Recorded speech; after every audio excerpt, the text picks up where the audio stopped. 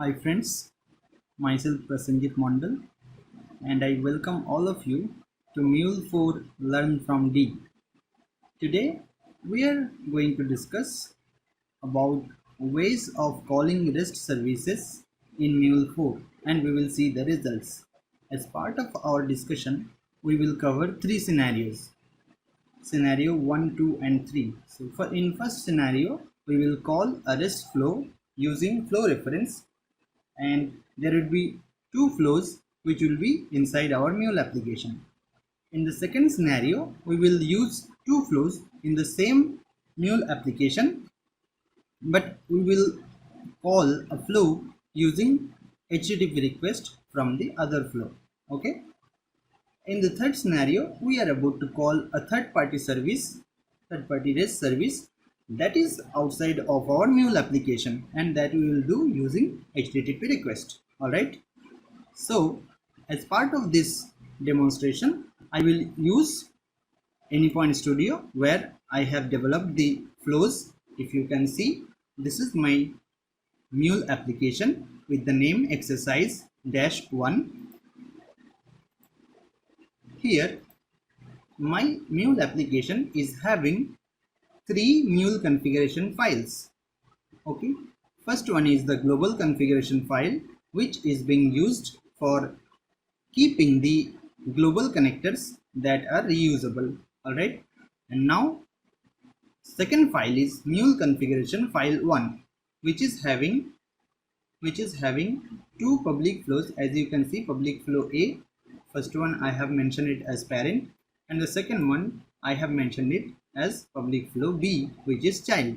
All right, there are a few other flows, but there is another flow, that is the public flow C, and that is also I have mentioned it as child. All right, so throughout this demonstration we are going to use mule configuration file 1.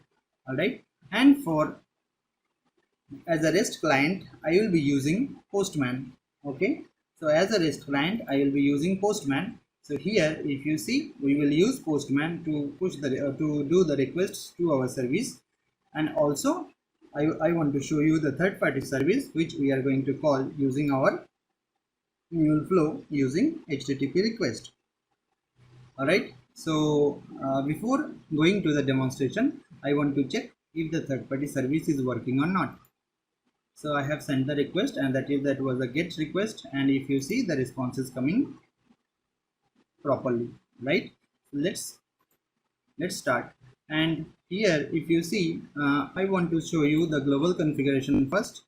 So here in the global configuration file we have global elements, and here I have mentioned HTTP listener configuration, and here this one is referring to localhost, and then this is the port number I have set.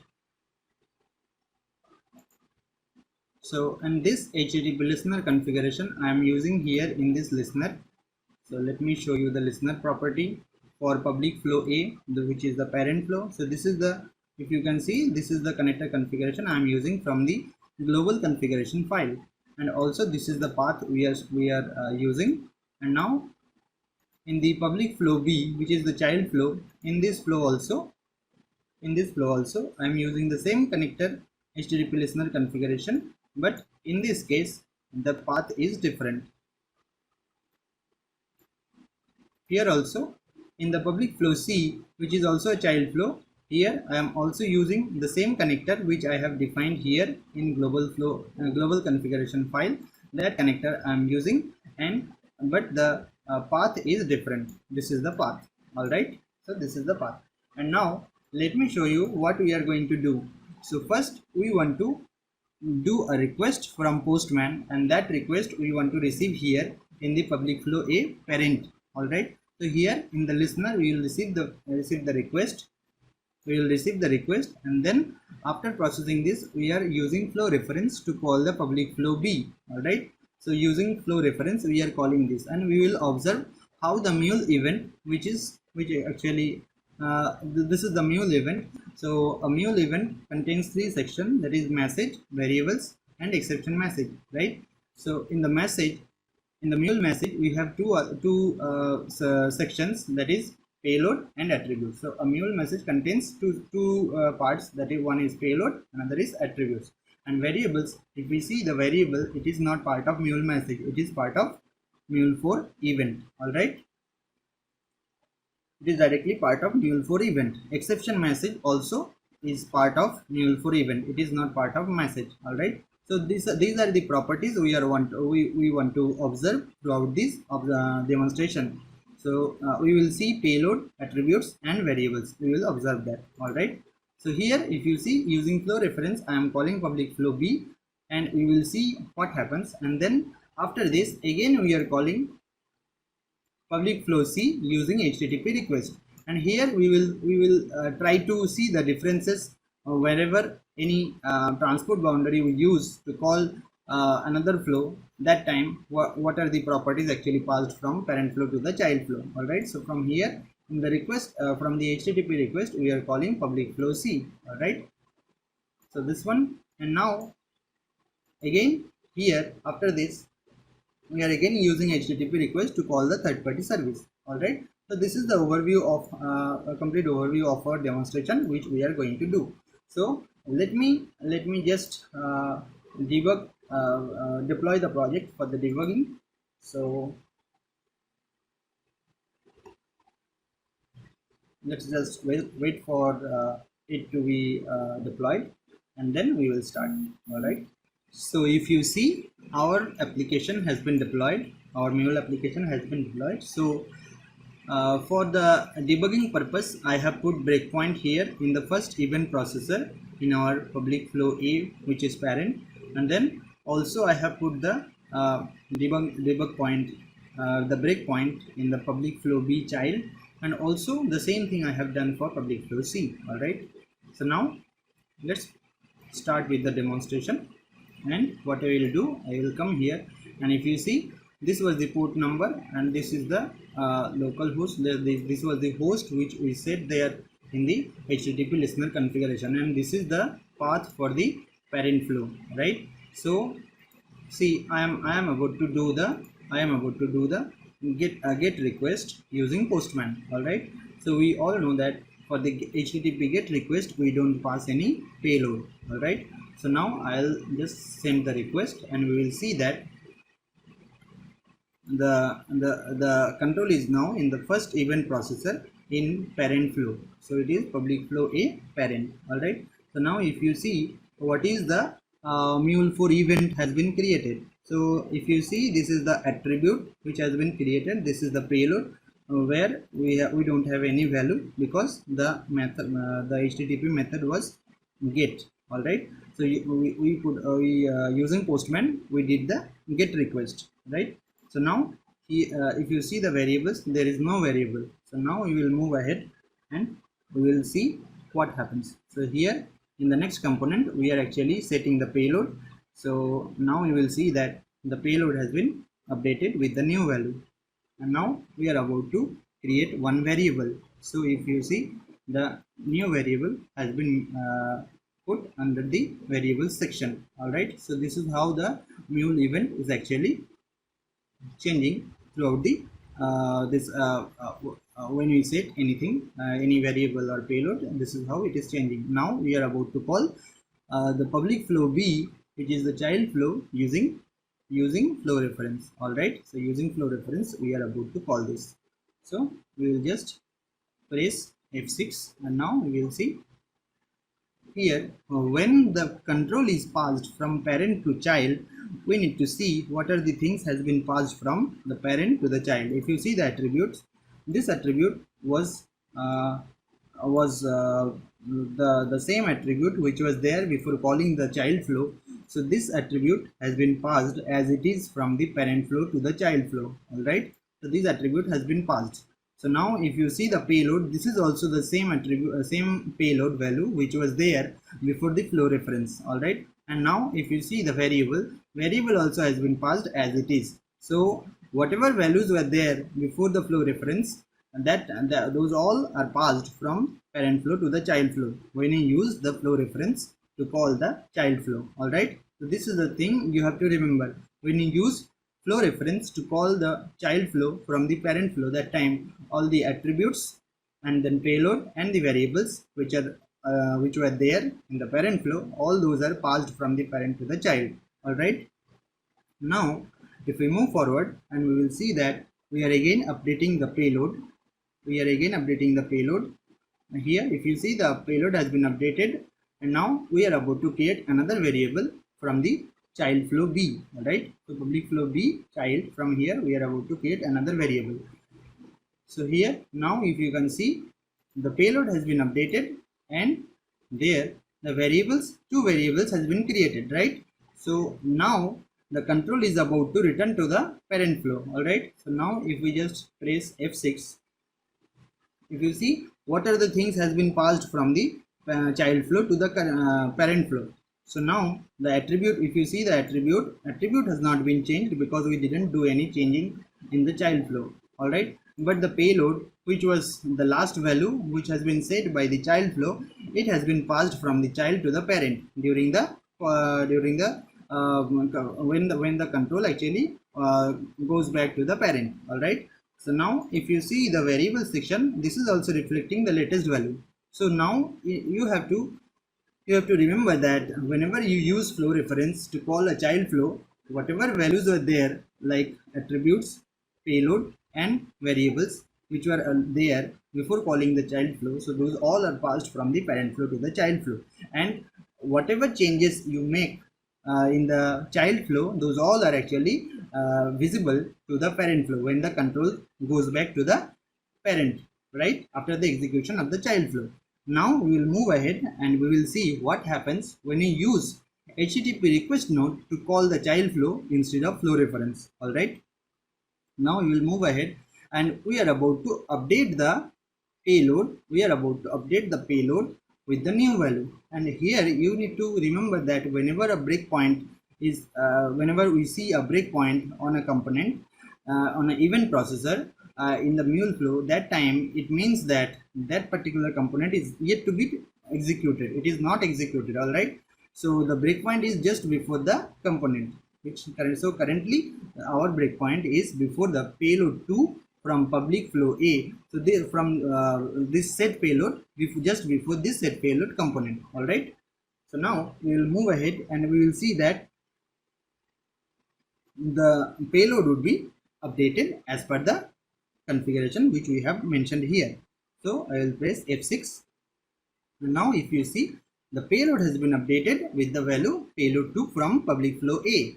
So now we will move ahead and we will see, we are about to create another variable, but let's see whether it creates a variable, or if the variable is existing, it should update it, right? So set variable works in set variable and set payload, both of this component actually works in the same way. Like if the variable is already present, it will just update. Similarly, set payload also does the same. If the payload is there, so it will actually update the payload with the new value. So this is the thing.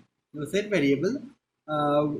So let me show you the set variable. Which variable it is updating? It is var underscore public flow A. This one it will look for this variable. If the variable is not there, then it will create a variable with this name and then it will put the value. But if the variable is already present, in that case it will just update the value of that. So for our case, this variable is already present, but the value is value from public flow A. So now if you see, we are setting the variable value as value 2 from public flow A. All right. So now I'll just press F6 and we will see that what is the value. So here if you see var underscore public flow A, the value has been updated. All right. So now let's see what are the values are there. So it is the HTTP request at and whatever the attributes are there.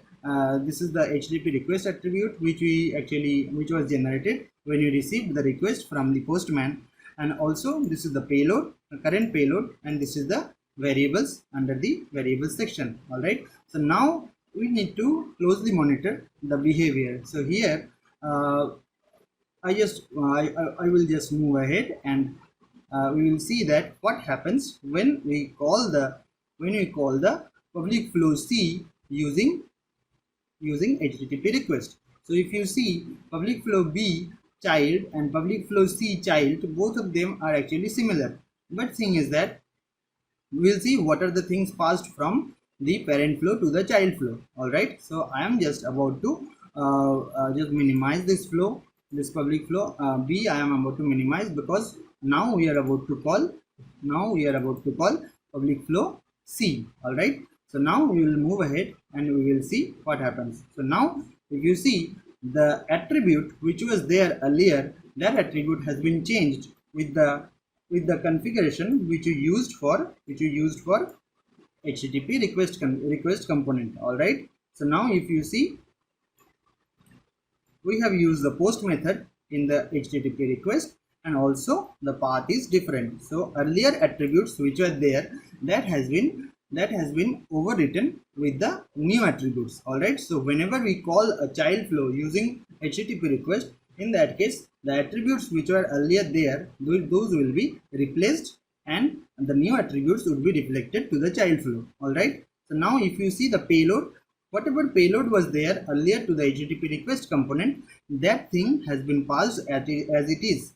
But if you see the variable section, the variable section is not having any variables. So now you should remember that whenever we use a child flow using HTTP request, that time no variables are passed from the parent flow to the child flow. All right, this is the thing you need to remember. Now I will move ahead and we will see that what happens. So the payload has been updated with the new value from the child flow C. All right, so now we are about to create another variable. All right, so see the variable section currently is not having any variable. So now if we just move ahead, we will see that a variable has been created by the child flow C. Now we will just about to go back to the parent, and we want to see what are the things actually returned to the parent. All right, so now if you see the attributes and payload and the variable section, let's move ahead and we want to see what are the things has been passed. If you see the attributes is now changed, and it is the response attribute which has been passed from the child to the parent. All right, during the response, during sending the response. All right, and now if you see the variable section is not reflecting the variable which we actually set there using child flow C. So that variable is not visible to the parent.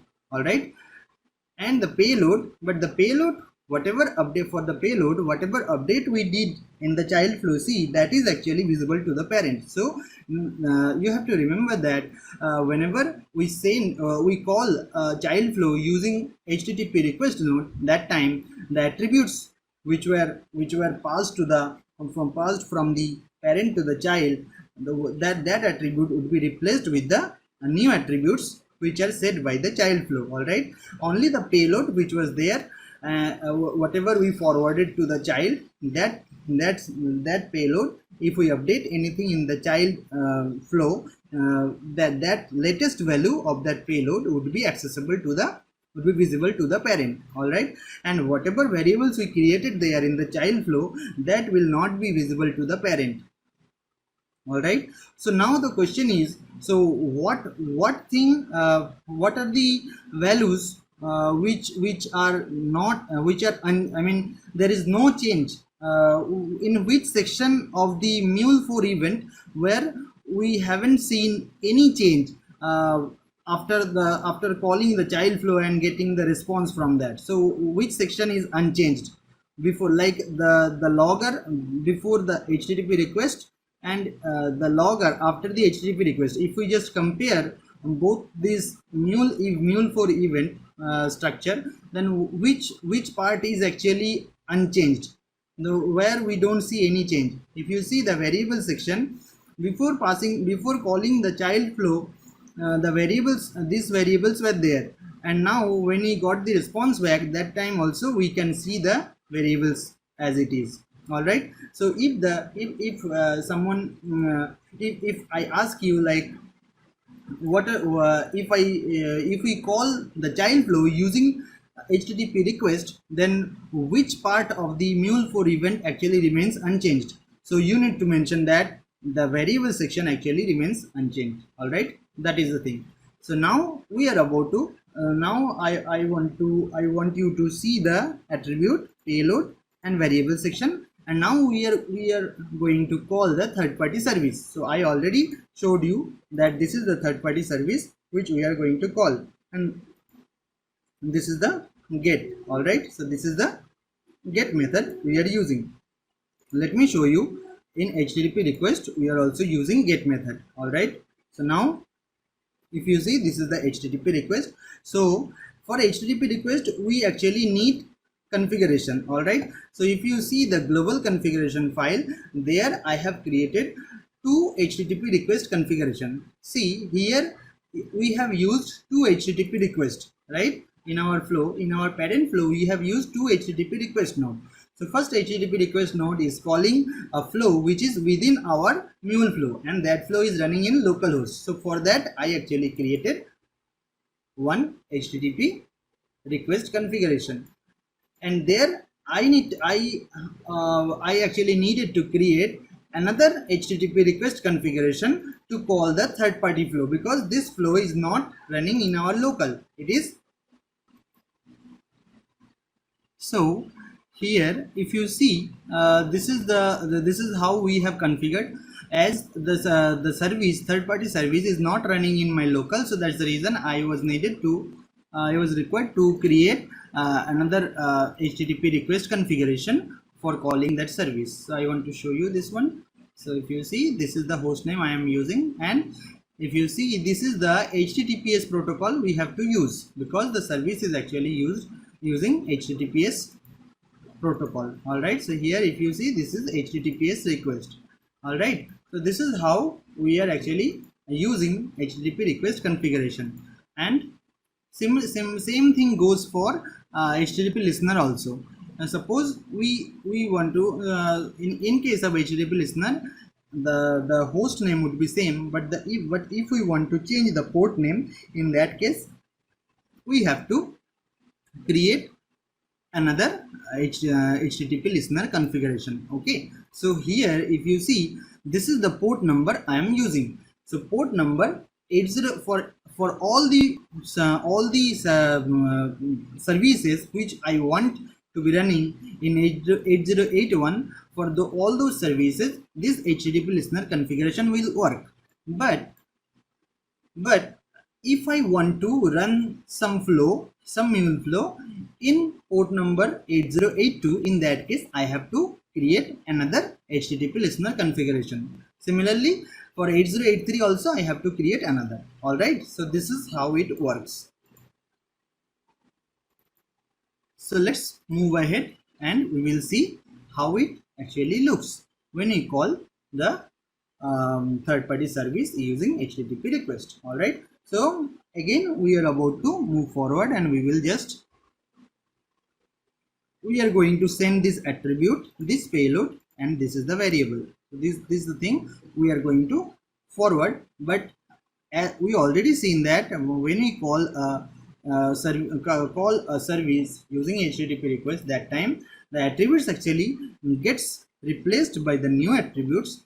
Only the payload which is passed from the parent flow to the called flow. All right, which flow we are calling, there the payload would be passed. All right, but also we need to think which method we have used. So if we have used HTTP get method, that time the payload will also not be passed. All right, it will not passed from a parent to the third party service, because here we are using get method. All right, so if I ask you like what are the things passed from parent flow to the child flow, or parent flow to the third party service, whenever we use HTTP request to call that service, so you have to mention that the attributes would be replaced with the new attributes. So attributes won't be passed from the parent flow to the child flow. Variables will not be passed. Only the payload would be passed if the method which we have used, if that method permits the payload transfer from the parent to the child. So for HTTP we have 5 methods: get, put, post, patch, and delete. All right, so for HTTP method get, we don't actually pass the payload from the parent to the third party service, or from the parent to the child. All right, this is what you have to remember. Also, another thing you need to remember, that is when we get back the response from the called flow or from the child flow, what is the which part of mule4 event actually remains unchanged. You have to mention that this is the variable section which remains unchanged when we receive the response. All right, so before calling the flow, whatever variables were there, those all would be again accessible to the parent flow when we get back the response to the response from the third party service or from the child. All right, that is the thing. So let's move ahead. This is how we are passing. See, the in the body section we are passing the payload. So whatever current payload is, we are about to pass that. But here, as we are using HTTP GET method to call the third party service, in this case we will not pass any payload to that service. All right, so now let's move ahead, and we want to see what is the response. If you see, this is the payload which we have received from the third party service, and this is the HTTP response attribute which we have received from the third party service. Okay, so this is how it works. All right, so let's move ahead, and if we see, this is the response we have received. Sorry, we actually called from here, we did the request. So here, this is the response we have received. All right, this is the response we have received. One more time, I want to send the request to just show you some additional thing, that is I'll just move forward, and I want to show you the HTTP request. So here we are about to call the public flow B, which is the child flow, public flow C, which is the child flow, using HTTP request. So now I want to show you the property of HTTP request. See, here I have used this HTTP request configuration. All right, so this is the configuration which is getting used, and here if you see, the protocol is HTTP. All right, and the port number, if you see, this is the service port number. All right, so this is localhost and 8081 it is actually trying to call. All right, so now another thing I want to show you is, we are using here the post method. All right, we are using here the post method. Okay, and also, so if we see the body of the request, so let's just scroll down, and for the HTTP request where we are calling the public flow C, that is the child flow. So here if you see the body section, we are using payload. So whatever current payload we can see in the mule debugger, this has been passed from the parent flow to the child flow, because we have used the HTTP post method. All right, so if we use the get method, that time no payload would be passed. The payload won't be passed from the parent flow to the child flow. All right, and also if we want to pass any header, that time we need to mention that header in this header section using this plus button. Here we are passing one query parameter. If you see, this is using this plus button, I have mentioned it here. This is the query parameter I am about to pass from the parent flow to the child flow during the calling. And in case we are using any URI parameter, that time also we will use this section to pass the URI parameter. All right, so now I will just press F6, and I want to show you where the attribute actually goes. So the query parameter actually goes. So if you just split the attribute section, and here this is the query parameter which we have passed from the parent flow to the child flow. All right, this is the query parameter which we have passed from the parent flow to the child flow. All right, so this is how it is passed from the parent to the child.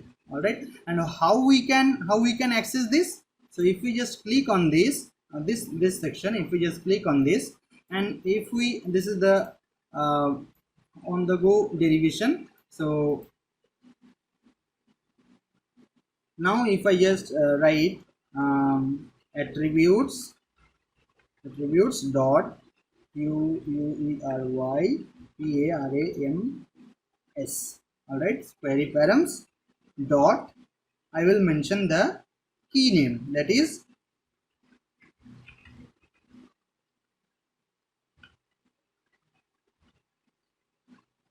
one. If I just hit enter, so now if you see, this is how you can access the query parameter. This is how you can access the query parameter. All right. So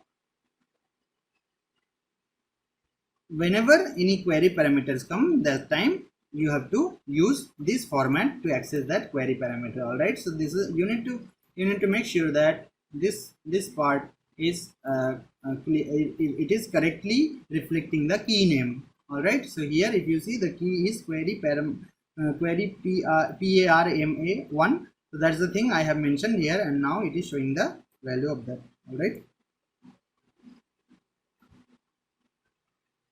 So now we will I will just click on completion. So this is the resume button. I will just click, and then again I will just click resume, and you will see that again we have received the 200 response. All right. So we have received the 200 response. Okay.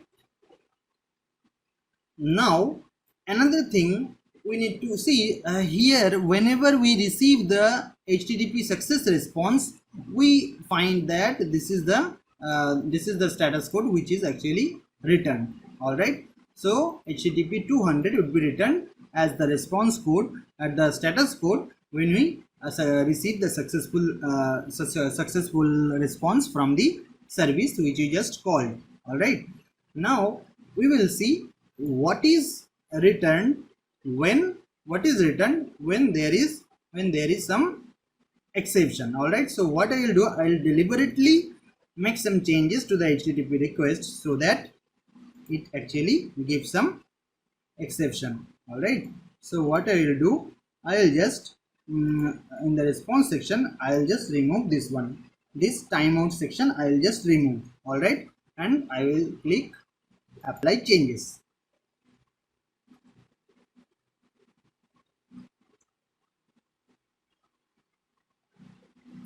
And we will see that the flow is automatically taking the it has already taken the change, and it is automatically deploying. So this is hard deployment. All right. So our flow is now started, and now I want to make another request to our flow.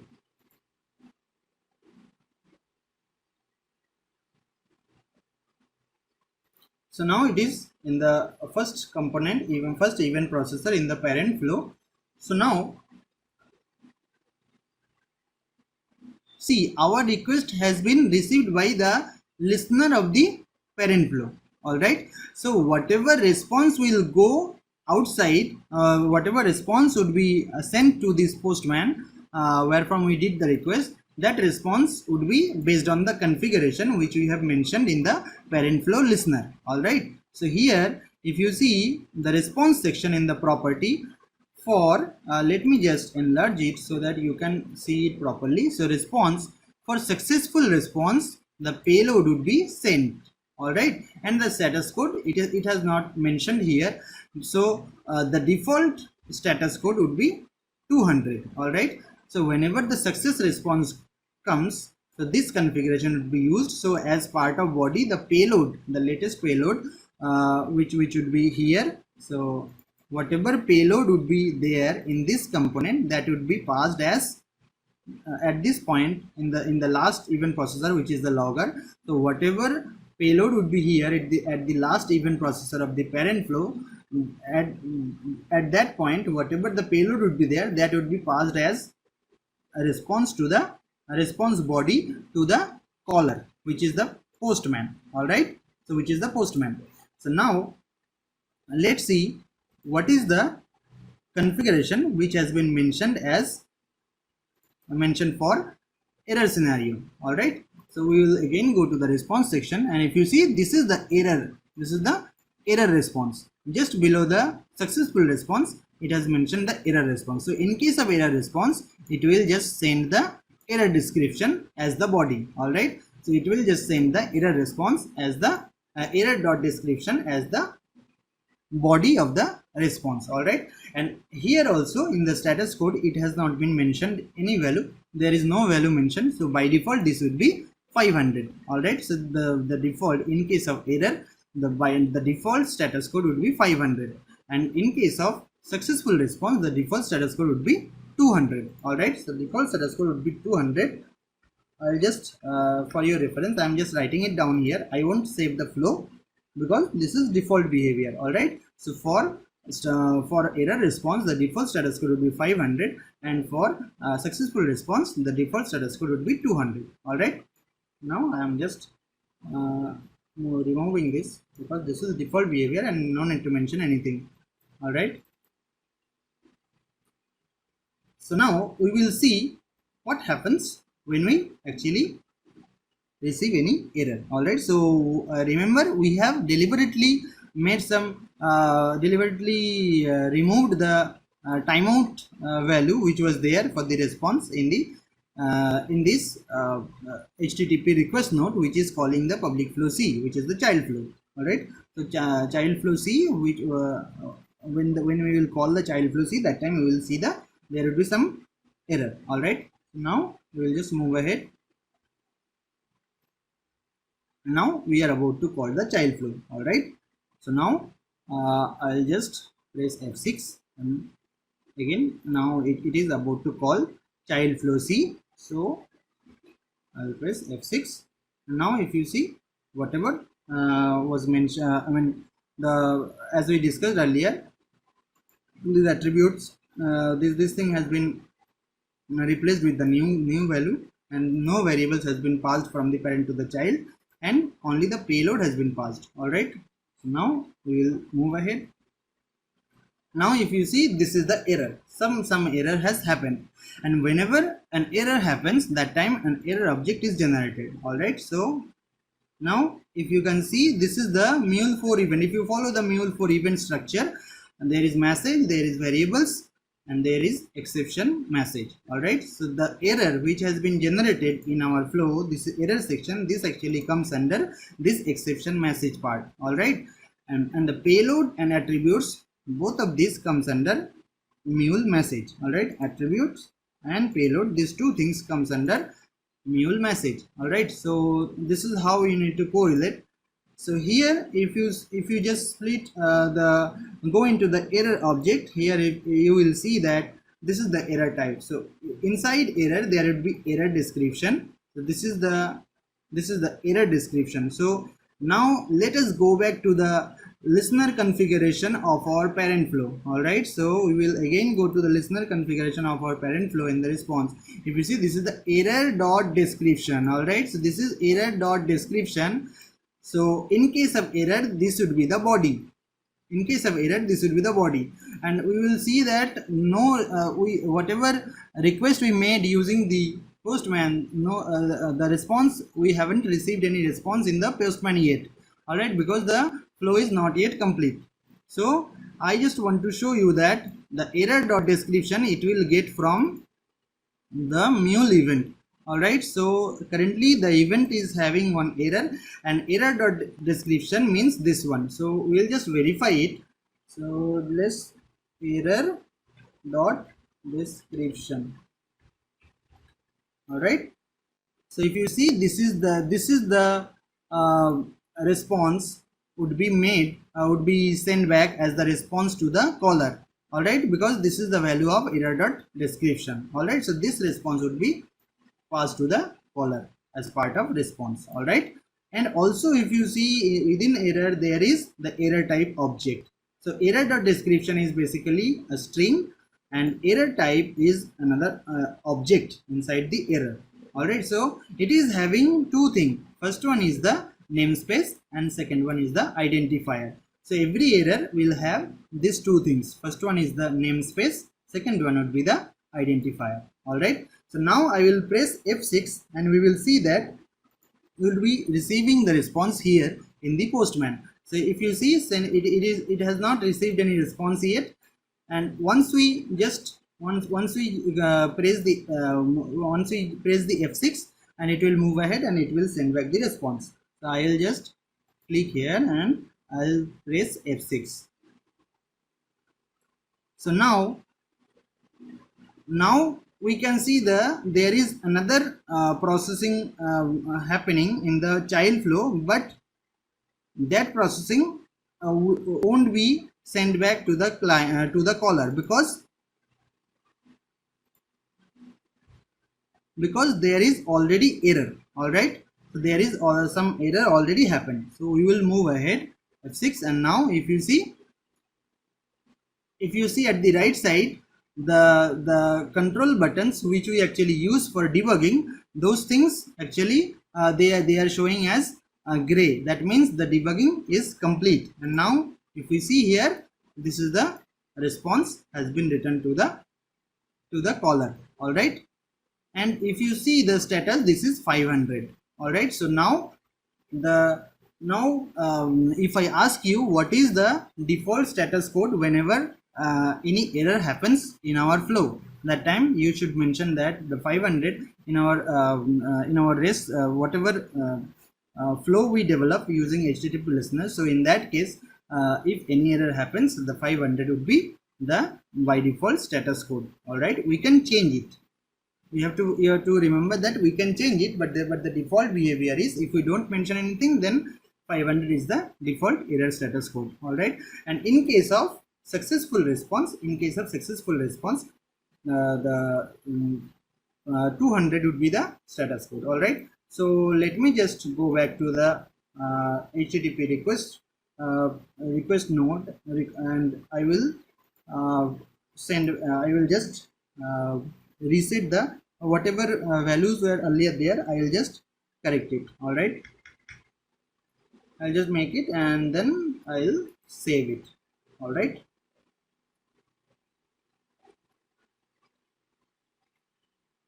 and let's see if it is deploying. These are this all entries were done by the logger.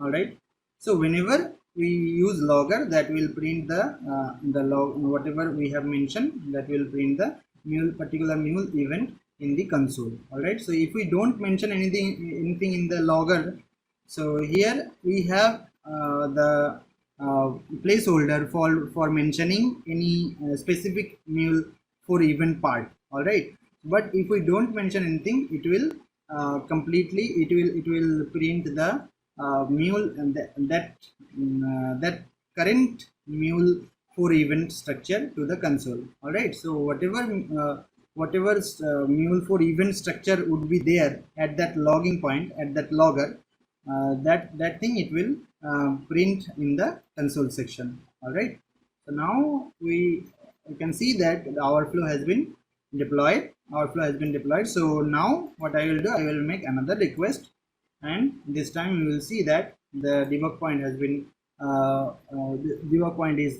has been hit. So now what I will do, I will go to mule debugger, and I will just press click on this button, and it will I'm just trying to I'm just trying to get the response. All right, so we have already seen this thing. So now if you see, this is the status code for successful response, and the payload of this is the payload in the body section. All right, this is the reply we have received. Okay, so these are the things I wanted to show you, and now let's move ahead to the questions. So first question is, how to consume external REST services in Mule4? So the answer is using HTTP request. All right, which components from Mule4 event is passed from caller to called flow when we use the HTTP request event processor in the caller flow or parent flow to call the child flow or called flow? Right, so here we have already seen this payload. Only payload is passed from the parent flow to the child flow, depends upon the HTTP method used in the HTTP request node. in the parent flow. All right, so this thing we have already seen. Now the third question is, what happens when the child flow sends the response back to the parent flow? Are the attributes, payload and variables remain same in the parent flow? Earlier parent flow attributes and payload are replaced with the new attributes and payload from the child flow response. Correct? This one we have seen. Variables section remains the same. We have seen this already. Variables in the parent flow remains unchanged and are still accessible to the parent flow. All right. So these we have already seen. What the fourth question is, what will happen if we want to store the response of the child flow to a variable in the parent flow? So this thing we haven't done.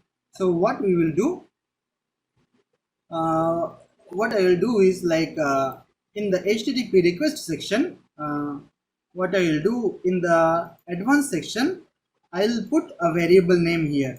Okay, all right. So this thing I have mentioned. So we will see what is the difference actually happened. All right. I have clicked apply changes, and we will see that this will be deployed automatically. Right.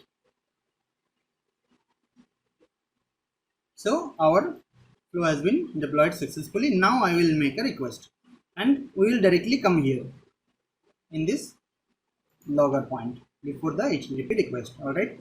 So now again I am sending one request, and this is the debugger already is there. So I'll just press F6. Sorry, I will press F8 so that we just move to the breakpoints. Now we are about to call the child flow C using HTTP request, right? So F6. Let's see what are the attributes. This is the attribute currently we have, and it is showing. See, it is showing postman runtime, whatever the attribute is. And now the payload is this one, and the variable is variable. Two variables are there in the variables section. All right. So now we will go to, we will see. Okay. So here it has come. I'm just okay. So here now let's see what has been passed from the parent flow. So this behavior is as like before. So now F6, F6, F6, and we are about to go back to the parent, right? After the execution of the child, we are about to go back to the parent. All right. So now we will see that what happens to the response when we go back to the parent. All right. Please look carefully. Now I am pressing F6. Let's see what happens. So if you see the variables which were there earlier, those were variable var underscore public flow A and var underscore public flow B. These were there, right? And also there is another variable which has been set with the payload which we set there in the child flow, right? So if you see what is the property returned from child to parent? It is payload, right? Earlier we saw that whenever we get back the response from child to parent after calling the flow using HTTP request, so whenever we get back the response, only the payload from the child is reflected to the parent, right? So now here, if you see in the HTTP request, we actually set the configuration to store the response of the that means the payload of the child flow to a variable, right? To a variable. And earlier also we saw that the attributes were actually replaced with the HTTP response attribute, right? But here if you see, the attribute has not been changed. Also the payload, earlier payload before calling the child flow C, that payload has not been changed. All right. So nothing has been changed. Only a variable has been set with the response, that is the payload from the child. All right. So in this case, whenever we use a target variable in HTTP request to store the response from the child, that time it acts like a set variable component. All right. So if you see the answer, that is the response from the child flow would be considered as similar to the task of said variable component, and parent flow's earlier attributes, payload and variables would remain unchanged. Alright, so this is the thing you need to remember. What if the child flow is expecting a query parameter in the received request? This we have already seen how to provide that from the parent flow to the child flow. We have to use HTTP request event processors properties to pass query parameters from the parent to the child. Alright, this thing we have seen already. Let's complete this debugging session. This one, now I'll just complete it and you will see that the response has come. Alright, so now let's move ahead to the question section. Now here, if you see this, the sixth question is how to restrict a REST flow to accept and respond to only specified methods in Mule4. Now, so this thing is important, okay, because if we don't mention anything in the listener section, then by default these are the, see, parent flow is also having listener, child flows are also having listeners, right? But the difference is there.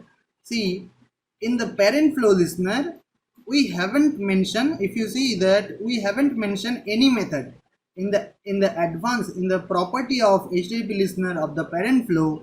If we go to the advanced section of the property, there we will find that allowed methods, right? Allowed methods. This is the allowed methods. So now we haven't mentioned anything. That means it will accept all 5 HTTP methods as a request. All right, it will accept all 5 methods. But in case of public flow B, if you see the listener configuration in the advanced property allowed methods, we have mentioned get and post. That means this listener will accept only get and post method, nothing else. I mean, that means out of 5 HTTP methods, it will accept only get and post. All right, so this is the thing. This is how we can set, how to restrict REST flow to a REST flow to accept and respond to only specified methods in Mule4. So using advanced properties in the listener of the flow which we want to call, right? So in the child flow, in the listener section, we have to set those methods for which we want the request to be accepted by the child flow. All right. So now this is some additional thing which I wanted to show you, like what is query parameter and what is URI parameter. So if you see, this is the parameter here. This thing, sometime this URL, sometime it come as like this, and sometime it may come as 789. So it can come like this. So if you see, this is some parameter section, and this value could change. This can change every time we make a request. Okay, so the practical scenario would be like suppose http://localhost suppose 081, and I am talking about products. All right, I am talking about products. So this means what would be the result of this request? This would be list of products, right? But now if I just want to see only product which is having ID equal to 345, so this would be the URL for that. All right, so this will return only the product with ID 345, right? So here, if you see this thing, we can make it like this. So this is the URI parameter. All right, this is the URI parameter. This is how we mention. And now the query parameters are, these are the query parameters. If you see these are the query parameters. In this request, in this request URL, we have 2 query parameters. First one is name and the second one is address. All right, second one is address. All right friends, I think this has been helpful for you. So if you really like, and if it is helpful for you, please do comment, and also please like, share and subscribe. Thank you.